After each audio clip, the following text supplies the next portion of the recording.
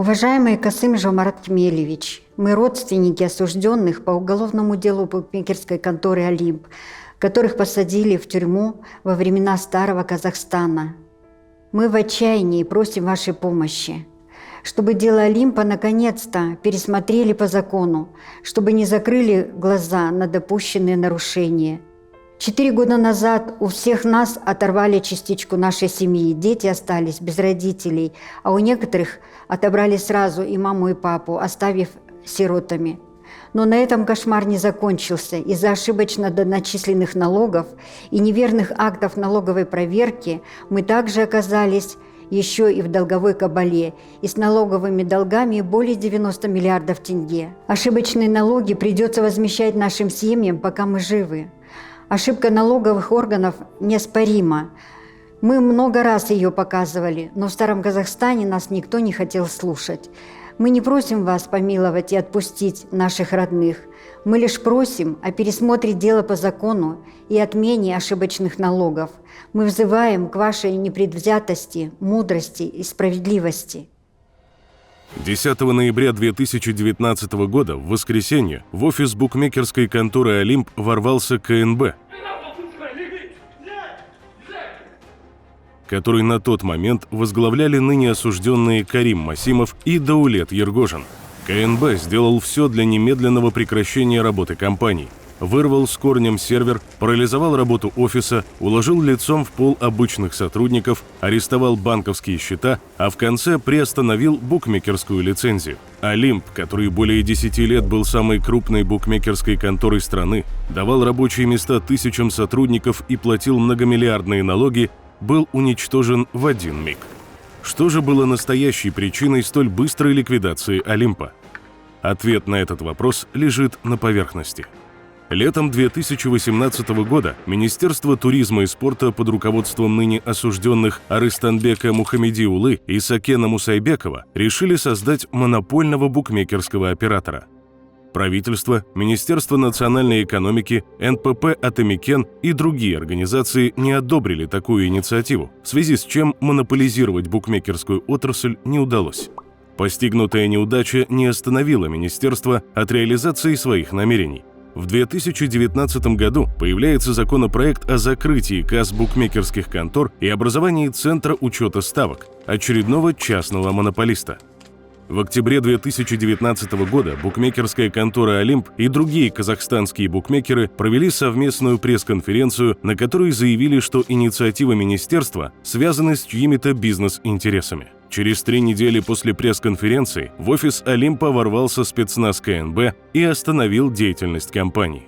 Позже выяснилось, что ныне осужденный начальник КНБ города Алматы Нурлан Мажилов лично одобрил возбуждение в отношении компании уголовного дела о незаконном игорном бизнесе онлайн-казино Bad Games. Уголовно-процессуальный кодекс не давал КНБ права инициировать дела о незаконном игорном бизнесе без предварительного согласия прокуратуры. Однако волновал ли кого-то закон в Старом Казахстане? Новость о нелегальности Bad Games стала для компании громом среди ясного неба. Bad Games представлял собой прямые трансляции игровых событий, проводимых в Европе. Олимп не производил эти события и не влиял на их результат. Компания не скрывала факт использования этого продукта. Прием ставок происходил публично через зарегистрированные в налоговых органах кассы и сайт в интернете. За все 5 лет использования Bad Games Олимп никогда не получал претензий органов власти по части незаконного бизнеса.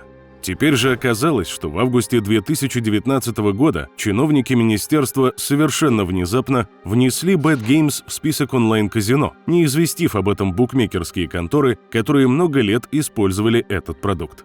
В Старом Казахстане никто не хотел слушать, что сотрудники Олимпа не знали и не могли знать о том, что их многолетняя деятельность вдруг стала вне закона. Однако далее компанию ожидал еще более неприятный сюрприз. Олимпу были доначислены более 90 миллиардов тенге налогов.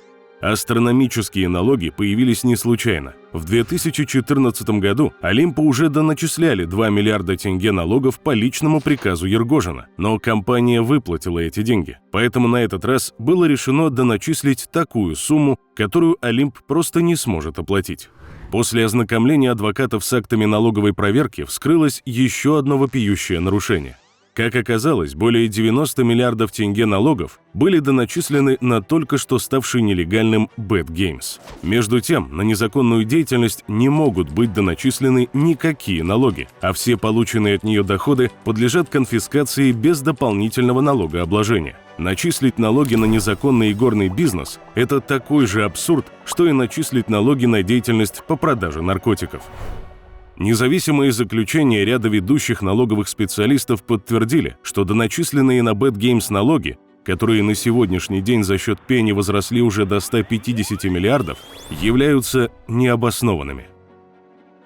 Около 2 лет Олимп мешал чиновникам Старого Казахстана создать частный центр учета ставок. Но после ликвидации компании через уголовные дела частный центр учета ставок был узаконен всего за несколько месяцев. Впоследствии Сакен Мусайбеков был привлечен к уголовной ответственности за получение взятки от созданного им Центра учета ставок.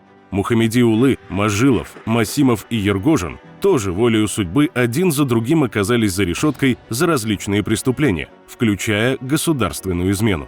Семьи сотрудников Олимпа считают, что общественный резонанс, созданный осужденными представителями власти Старого Казахстана, и неоднозначное отношение к букмекерской отрасли в целом не дают пересмотреть дело по закону.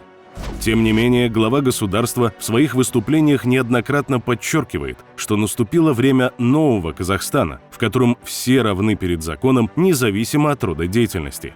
В этой связи коллектив родственников просит пересмотреть уголовное дело компании «Олимп», исходя из объявленных принципов нового Казахстана. Дела Старого Казахстана еще можно исправить.